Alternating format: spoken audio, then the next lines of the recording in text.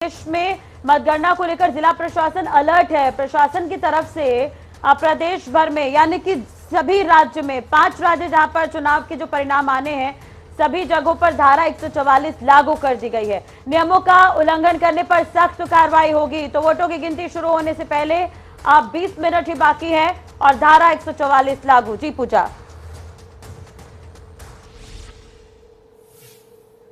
तो बिल्कुल राष्ट्रीय धारा 144 लागू कर दी गई है तमाम प्रदेश में, न सिर्फ उत्तर प्रदेश, न सिर्फ उत्तराखंड, गोवा, मणिपुर और इसी तरीके से पंजाब में भी। और हमको तस्वीरें जिस तरीके से राष्ट्रीय सामने आ रही हैं, राजनेताओं के घरों में मिठाइयां बनना शुरू हो गई हैं। भगवंत मान के घर पे अभी थोड़ी देर पहले हम दिखा रहे थे कि भगवंत मान के घर पे मिठाई बनना शुरू हो गई है, यानी कि वो अपनी जीत को लेकर इतने ज्यादा आश्वस्त हैं कि कुछ कहा नहीं जा सकता। ग्राउंड जीरो का मैं रुख करूंगी, गाजियाबाद से हमारे साथ में हैदर अली जुड़े हुए हैं लगातार। हैदर, ग्राउंड पर कैसी तस्वीरें नजर आ रही हैं, क्योंकि आपके पीछे मैं सुरक्षा के चाक चौबंद इंतजाम देख पा रही हूँ।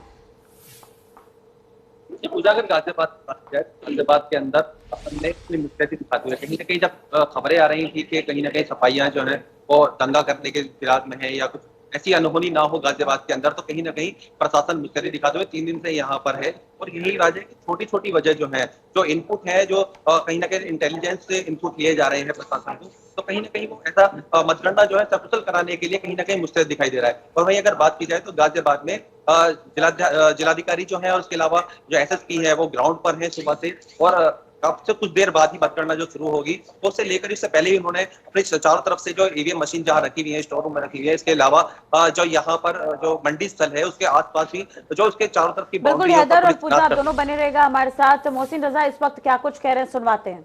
और योजनाएं, गरीबों को मकान देने का काम, किसी को उज्ज्वला योजना, किसी को सौभाग्य योजना, किसी को शौचालय मिला है, तो करोड़ों करोड़ हमारे उत्तर प्रदेश वासियों को जो योजनाएं हैं केंद्र और प्रदेश सरकार की, उनसे आच्छादित करने का काम किया है। उसी का परिणाम है कि जनता ने आशीर्वाद दिया है, भरपूर आशीर्वाद दिया है। और वो आज परिणाम जब आएंगे तो आपको साफ हो जाएगा कि हम 300 के पार जो बार बार कह रहे थे, वो इसलिए कह रहे थे कि हमको अपनी जनता पर विश्वास है और जनता को भारतीय जनता पार्टी पर विश्वास है।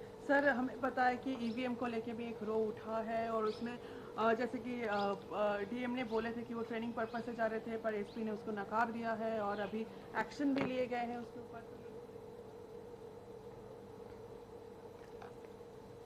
जी पूजा, मोहसिन रजा इस वक्त कुछ कह रहे थे और पिछले दिनों आपने भी देखा होगा कि 5 दिन पहले इनके खिलाफ वारंट भी जारी हुआ है। अब यहाँ पर रिएक्शन देते हुए नजर आ रहे थे और काफी आश्वस्त दिखे हैं।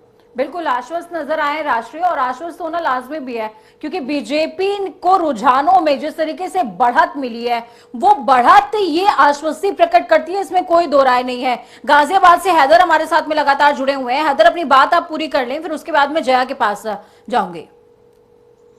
पूजा, मैं बता रहा था आपको, प्रशासन जो है पूरी तरीके से मुस्तैद है। एसडीएम एडीएम के लेवल के जितने भी है, सीओ लेवल के जितने भी पुलिस अधिकारी हैं, वो मौके पर मौजूद है। और कहीं ना कहीं मतगणनाओं को सकुशल कराने के लिए जो उनके ऊपर एक बड़ी चुनौती है, गाजियाबाद में 5 विधानसभा है, 5 में बीजेपी का दबदबा रहा है, तो कहीं ना कहीं उनके लिए एक चुनौती है। क्योंकि समाजवादी पार्टी ने पूरे 1 महीने से, जो पहले चरण में यहाँ चुनाव हुआ था, तो यहाँ डेरा डाले हुए हैं राजमंडी में, कहीं ना कहीं खुद ही उसको सीसीटीवी को देख रहे हैं।